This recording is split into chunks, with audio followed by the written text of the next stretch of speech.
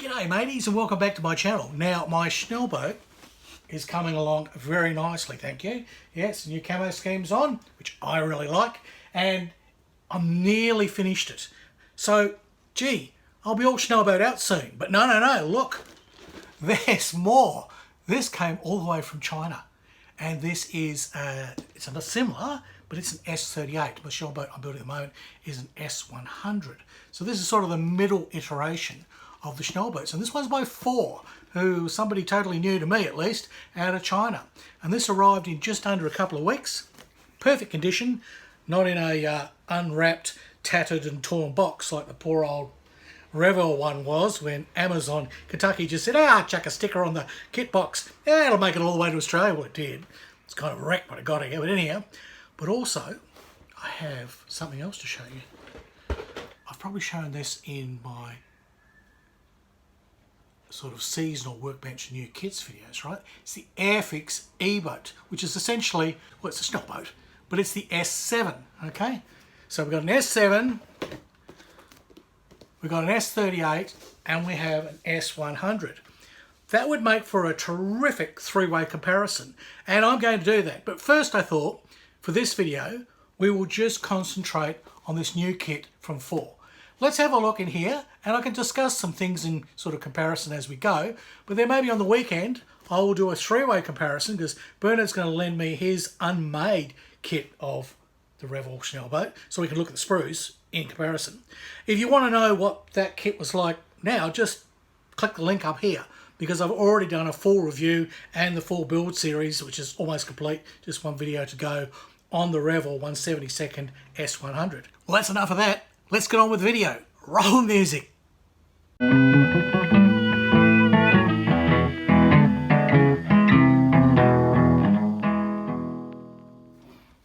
So, what do you get for your hard-earned shekels? Well, it's a rather snappy looking box, I must say. And this one came, as I said, all the way from China. It wasn't that expensive really, considering this comes with the photo etch and everything you're going to need. How much does it cost? Well, mine cost 13 shekels delivered, shekel conversion chart, right? Now, that included the postage. So, you know, you could probably say 3 shekels for postage, 10 shekels for the kit. So that's $100 Australian, $70 US. Pretty bloody good for this calibre of a kit. Now, the box does have some artwork on the side, although I'm not really happy with all the pre-shading on that. I mean, this was a wood boat, not a metal boat, and everything was sanded smooth. So they've got rivets and they have got panel lines. Not quite sure about that. And there's certainly a lot of muck and gunk on it.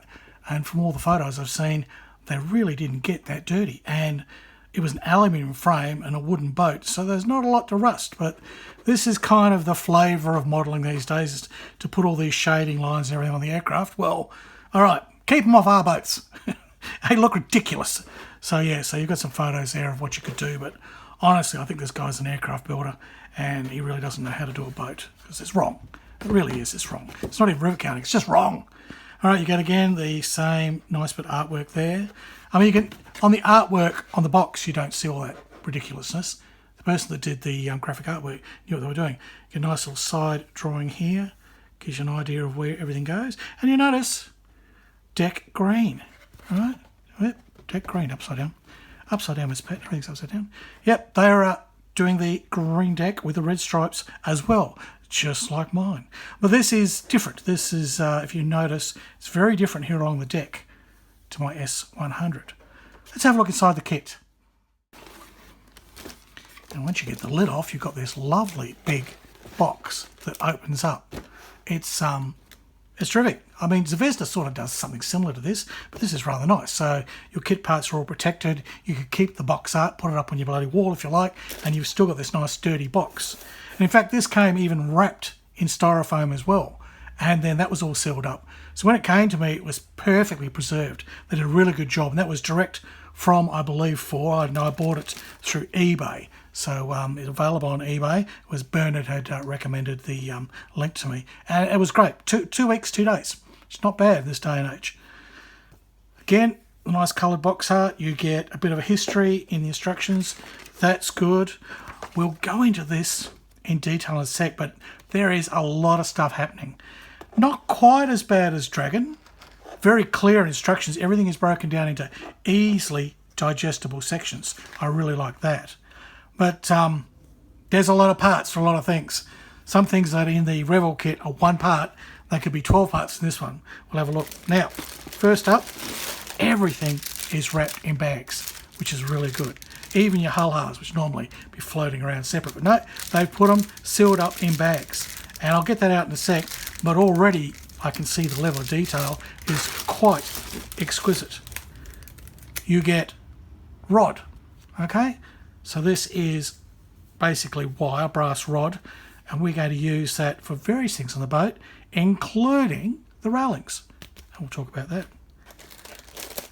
We do get brass barrels and we get some more wire. So you don't need to buy anything. You've got brass barrels. Now, there are a lot of sprues in this kit. A lot of sprues.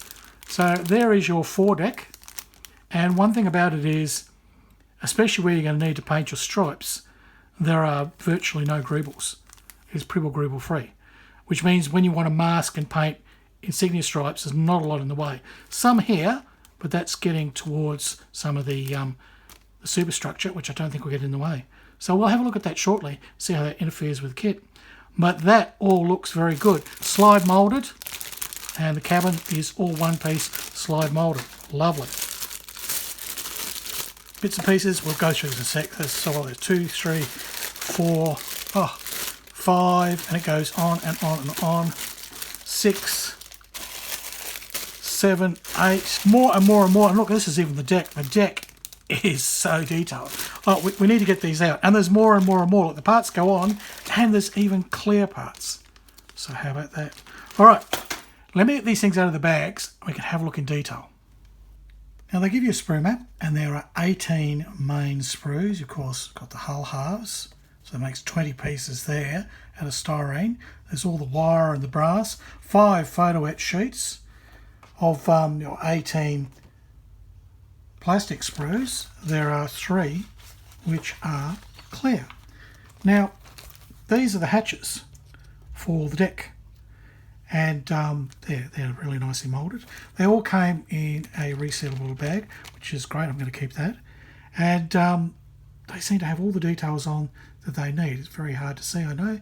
They are tiny, but they're quite well done. So, open up the instructions, and the first thing they're talking about these hatches, and I thought, oh, okay, so there's photo etch that needs to go on these hatches. No. If you look up just this tiny little bit of the PE options, oh dear. And R11 in this little square means that's the actual plastic part, because on sprue R number 11, that's this little part. And there's an R1 as well. So you can either just use that clear part and paint around it to get your holes, or you can do the whole thing with photo etch, which is exquisite, but a little bit unnecessary. And they are moulded fairly well. There's a lot of detail there. So really, these look like they're quite usable, unless you are so keen on the PE, you want to go that route. Now, your next option is to either fold up this C12 part, which is F3 in the kit, in the plastic, which supports the tap charges. Right? They roll off that. So there's 3 of those. Or you can build it up off the 3 sprues that have these tiny little fragile things. So that would be very nice. You've got this whole thing that folds up quite nicely, and then you've got all little tiny intricate parts here that will then all fold in. So you could do that. That would be very nice to build. But again, you could keep your hair, what little hair you have, Harry, and you could just use that part. And away you go. And there's nothing wrong with that part. It's moulded really finely. Okay, they're just beautifully moulded. Nothing wrong with these parts. So you have an option there. Then we've got another one here, part P21. I'm starting to learn how to read this. The white one is the plastic part, the yellow one is the photo etch. So here we've got an entire locker that we can build up and put doors on and store all kinds of things in. So there's that. And then there's also, for the guns, there's a shield. Now I do like a photo etch gun shield. So I probably would be leaning that way into using the photo etch gun shield because they do look nicer. They're nice and thin. It is really easy to find your sprues. They've all got the letters cut out, so they're really easy to find. So we're looking for this little box here, which is P21. So it's just a box. But even there, the plastic part has the hinges. It's all there. So really, honestly, again, I don't think I'd even bother with the photo etch. It would look nice, but I know those hinges would drive me crazy. I mean, unless you were having the doors open, then certainly the photo etch would be great because you've probably got the option to adjust it and make it open. So I wouldn't bother with that at all. And there's this shield here, which they've got a little D7 photo etch part, which I showed you. It's quite nice. Q47. So here's sprue Q, easy to find. There's no 47. Oh, there it is. 47's handle. I think they mean 46, so we'll forgive them that. It's one of their first kits, so, you know, quality control, they haven't quite got that right yet. And even the bigger guys do it. They muck it up, but it's pretty easy to see. Now, yeah, that shield it's reasonably thin for plastic, but it is too thick for my liking for a shield. And a shield is such an easy thing to fold up, really. If you're going to go photo etch, a shield is a simple thing to do. And they do have the fold lines. So that'll be very easy to fold that up. It's well worth using. Not a hard thing to do. And it'll just glue straight to your assembly, which we will look at later. So far, yeah, the photo etch is there, but I probably wouldn't bother with that one. Oh, I might make up one of these and see how hard they are. And if they're too tricky and I can't really do it, forget it. Then as far as the cabinet goes, well, too many tiny fiddly parts that I just couldn't cope with. And quite frankly, I'm not going to have mine open, so it doesn't matter. I'll just go with the plastic part there. Definitely use the photo etch here though.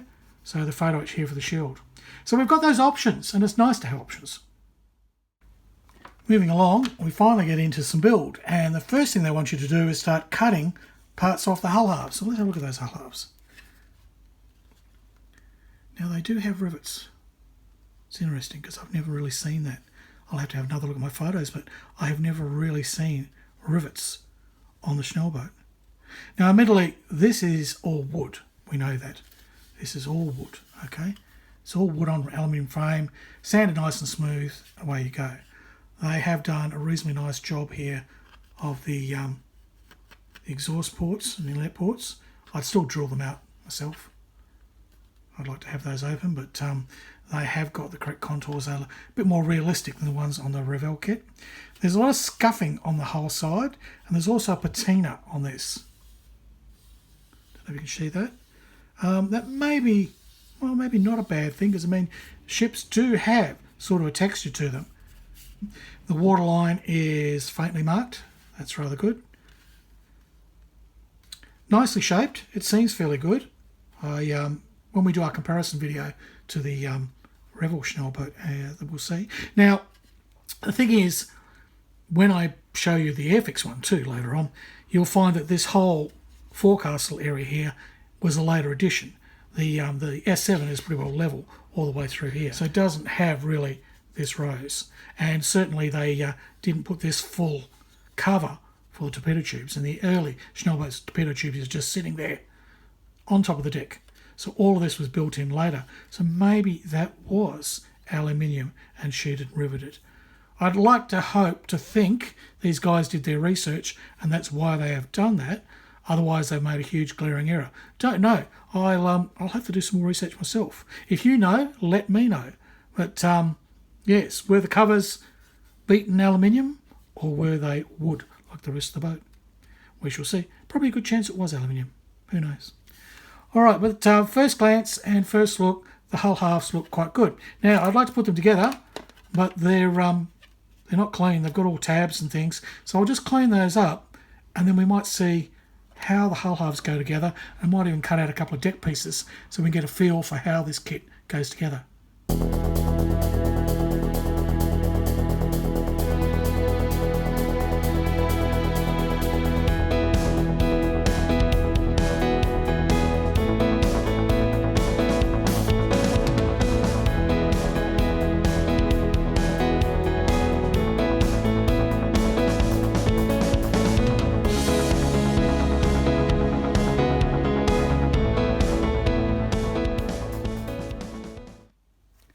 good news is it does go together, and it's not too bad a fit. It's fairly easy to assemble, but there are some good points and bad points about the sprues. Now, the hull halves are warped, which I hadn't seen on the Revell kit.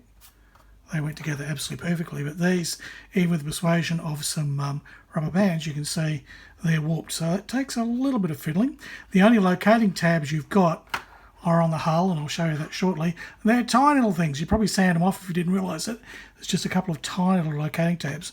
I think that's one on there. It's just a tiny little thing. That should draw up nicely with a few more rubber bands and a bit of cementing overnight. The deck fit is good once it's in. I say the warping of that hull makes it hard to really judge exactly. So Revell kit actually fit better.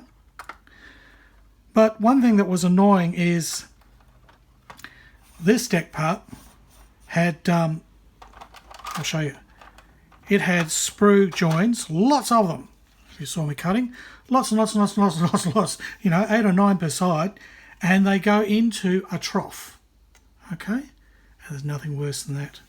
Now, they go into the deck side of the trough, not over here. I mean, if they'd gone in over here, you could just cut away chunks of it, never be seen, hidden away. But no, they're right on that very fine edge of the deck, and I can still even feel them.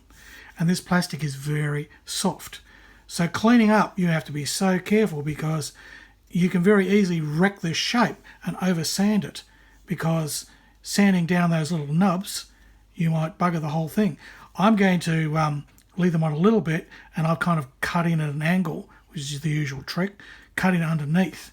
So there's only like a feather part here that possibly with some glue will actually mould into shape when you assemble it.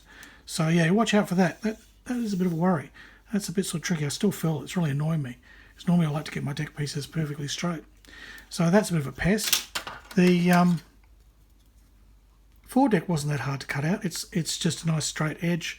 They were sprue joins weren't too bad, but again, it is very, very soft plastic. You have to be careful not to overcut or over sand. So I was basically cutting from the sprue with these, leaving quite a bit of a nub, then trimming that off with my knife very carefully, nice sharp knife running parallel, and then a light sand. But even then, it's not as smooth as I want it, but I'm too scared to really get down there and sand too much, because you'll be removing that other plastic. So yeah, that'll be one that it's really going to take a little bit of skill and patience to get that right, and then get it glued into the hull. Now the hull itself, it had nice sprue joints, I'll give it that. Cutting it off the sprue was, well, it was only really had the tabs, didn't have any sprue. They cut off nicely, and they were all inboard. So this is what is good, is that the sprue joint was not on the part you're going to see, it was inboard here. So it's very easy to cut them off, and you're not worried if you cut a little too far across, because that's a bit that'll never be seen, right? It's inboard. Your locating tabs are these. Can you even see that? Can you even see it? It's so tiny. All right? It's just this tiny little lump there. It's just minuscule. So watch out for those. Don't sand those off, because they do help locate it. Fits fairly good. The stern connects nicely, almost as good as the Revell kit, and it should sand up well once you get all the other warping out of there. So it doesn't look too bad. A bit hard to do. There we go. So that's a reasonably good fit. It's a lovely piece of moulding, quite nice. I'll have to hold it up to the other hulls when I do the big comparison to see how it goes, and I'll measure it for accuracy and all that sort of thing, but not in this video. This video I'm just looking at the kit, what it'd be like to build. So yeah, it's not hard. You're going to have to take your time and be very careful. Soft parts, some annoying sprue joints, all right? Those sprue tabs are joined in very annoying places, so be very careful of that. Now, our first instruction was to cut off a piece of our hull. So we're removing this little bit here. And I think that is because they're probably going to bring out the S-100, which does have this little piece up. Removing that and making it flush, that's how the S-38 is. So I would suspect very soon you'll see a model from them of the S-100. So that'll be nice. Be nice to see their take on that. One good thing about this kit is the torpedo tubes are moulded open, right? They're nice and open. I had to cut them out in my Revell kit. They basically just give everything sealed up. So they're open and with tubes in them, which would lead me to believe we can have the doors open, which kind of looks nice. So you can either shove a torpedo in there launching if you want to do an action scene, or just have one open, one closed like I did. And yes, when you get to section 6, yep, you have the option of basically having those doors open because it's all in separate parts. Whereas the Revell kit kind of has that all ready to go. This kit, everything's separated. You can basically adjust your door open for the torpedo tubes or have them closed, and the moulding's already done for the entry. So that is really nice. That is nicely done. A lot of people complained about the screws in the Revell kit, the screw props. They look nicely moulded in this kit from Fore. They're not too exaggerated. They're feathered nicely. They look quite good.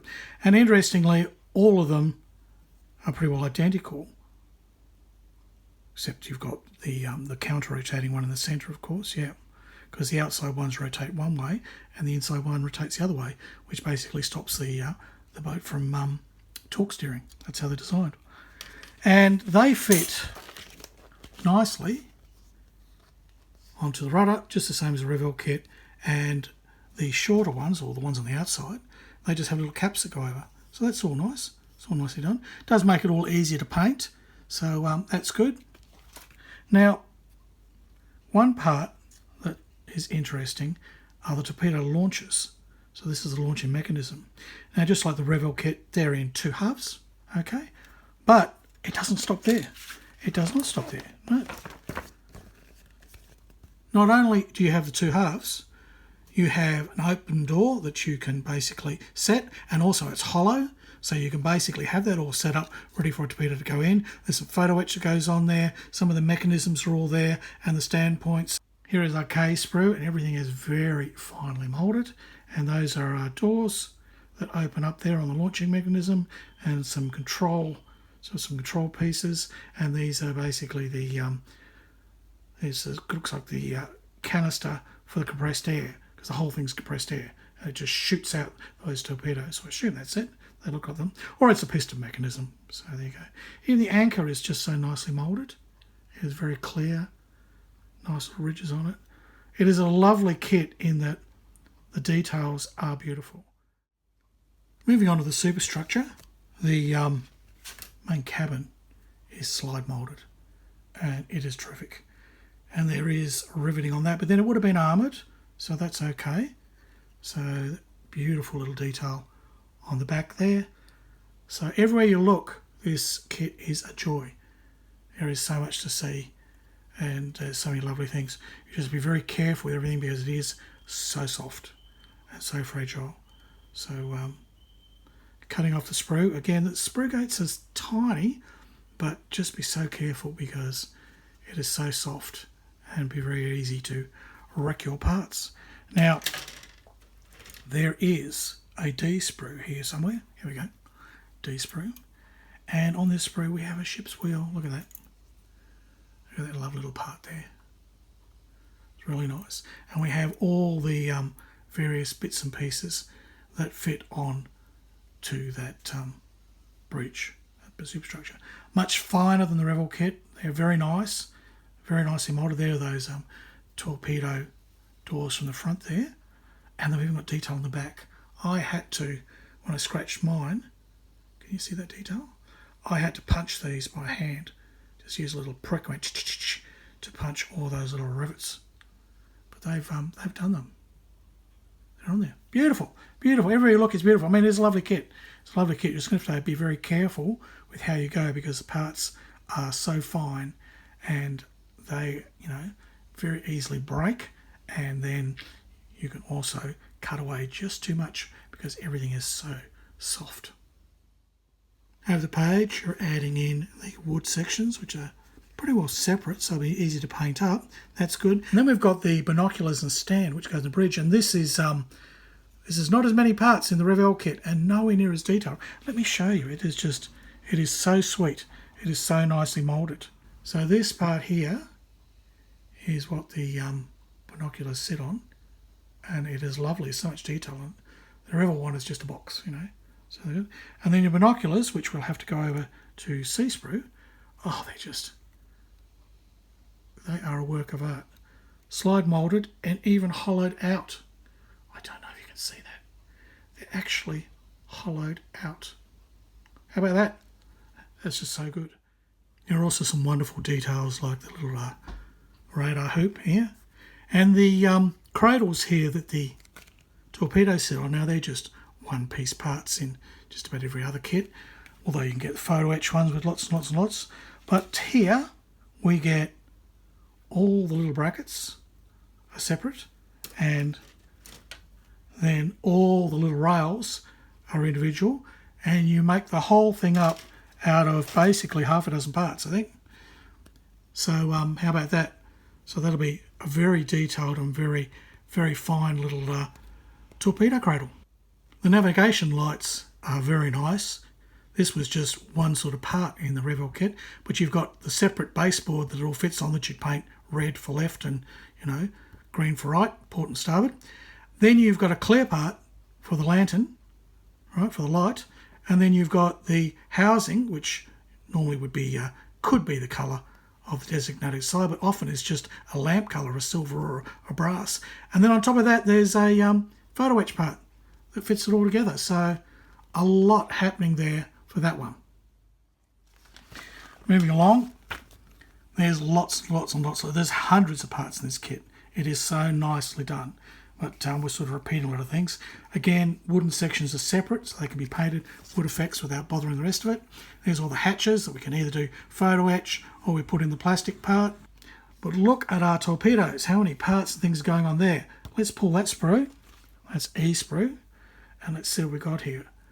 They are, again, beautifully moulded. They're in quite a few parts. A lot more than the Revell kit. The screws are separate. I think, are they photo etch or are they another part? No, they're just on F sprue, so we have to hunt around. Oh, we have got F sprue here. So here on F sprue, there they are. Tiny little things. They are beautifully moulded. A nice little cat here, or is that a mustache? They are lovely. So the Revell kit ones I had to kind of sand and try and file into some sort of vein shape. These are beautiful. Again, everything is just so nicely moulded. These are our depth charges. So there you go. They're just sitting there. And there's some more of the torpedoes here. The cap. So basically it looks like you can paint all these sections the various colours, because in my case this can be copper or it can be a darker sort of more gunmetal, and then the main body is usually a sort of an aluminium colour. So that's all good. Everything's separated. Very nice, very well thought out, and beautifully detailed. And you even have the front trinket mechanism with the I think that usually spins on the front there. So that's all there, detailed in, beautifully done, really nice. At the page with the main gun assembly, and we do have the option of putting in a metal barrel, but the plastic part is there. I think you'll find. It's P23. So, yep, our guns are complete. We don't need to put the metal barrel on, but I advise it. They always look so much nicer with the metal barrel on. But these are hollowed out. Look at that. Those plastic parts are hollowed out. So, even the tiny little one. Oh, that'll be a 20, and I think that's a 38 or something like that. That is amazing. Those parts are absolutely beautiful. But as always, you've got to cut off and then sand round, and it's always very difficult to do that. I actually find it easier just to cut all that off, put the metal barrel on, and you're done, and it looks lovely. Plus, if you bump it, the metal barrels don't bend and you know, snap usually. The metal barrel will basically hold its shape, which I find is good. Mechanisms are so beautifully detailed. This part here has even got little sawtooth marks in there for basically that'll be the mechanism for rotating and tilting it, actually, for tilting it. The vents are all hollowed out already for you. I had to do that manually. You've got so many nice things, so many lovely things to look at, all the railings are so thin on this. And again, your wood parts are all separate here that I can see, so they can all be painted individually with their wood effects. It's a lovely kit, it really is. These are the life rafts, and they are incredibly moulded. They have the rope moulded around them with the actual cordage.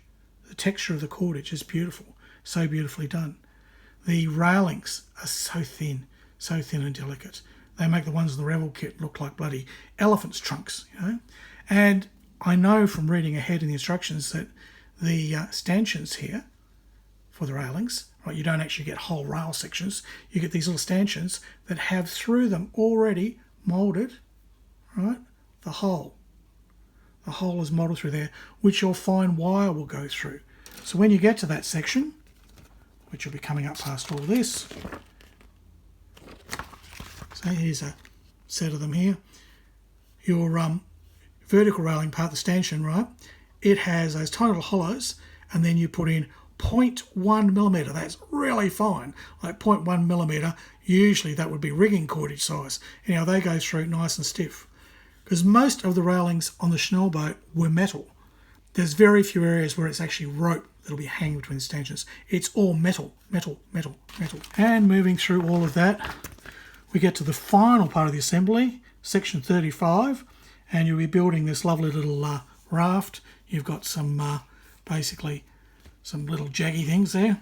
Pokers. Oh, what are they called? You know what they are. Oh, my mind. I'm so excited about this kit. Now, again, the railings, again, are all made out of plastic stanchions, which are all hollowed out with the holes so that you can then put the wire through, 0.1 millimetre wire, and you can get that looking very realistic. And then you have chains here, which go into the sections here, which would be removable so that people can come on and go off the ship. And they've actually got this thing rigged here with 4 torpedoes, which is rather clever. 2 basically ready to go, you know, in weight at the back here, and then 2 forward. So, yep, even their painting diagram shows full complement of torpedoes. Revell only gives you 2. Yeah, you're going to get 4 torpedoes, so that's lovely. You have the insignia all marked out here to basically paint with the diagonals, which is lovely. I had to figure that all out for myself. I would leave putting on any of the greebles until much later on. Paint that part well ahead. The deck, they've got a green colour here that they're suggesting. It's a little bit too turquoisey for my liking. As I said, the Helgren is pretty well the correct colour. And they have the option here of, yep, sure, you can do it in the boring Schnellboot Weiss, which is a very, very light grey, much lighter than they've got.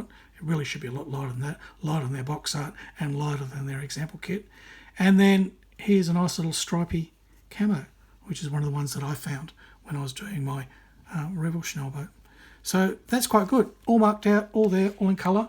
It is really, really good. So that's a quick, as quick as I could be, run through of the Fore kit for the Schnellboot S-38 from 1942. It is a beautiful kit. It excels and exceeds the Revell kit by a huge margin, not only in the part count, but in the quality of the moulding. It's not going to be as easy as a kit to build. It's a lot more fiddly. The plastic's a lot softer. It's going to be a little harder to get a result without buggering it up. But it's doable. It's doable. If you've got some reasonable skills and you've got a few sort of boats under your belt, you should be fine. Otherwise, if this is going to be your first Schnellboot, go buy the Revell kit, practice on it. You can pick that up fairly cheaply. Buy the Revell S-100 and build that and get used to this craft, and you know, you'll be then atop things more. So when you come and do this one, you'll be well aware of what you've got to watch out for and what you've got to be careful with, especially when it comes to the painting.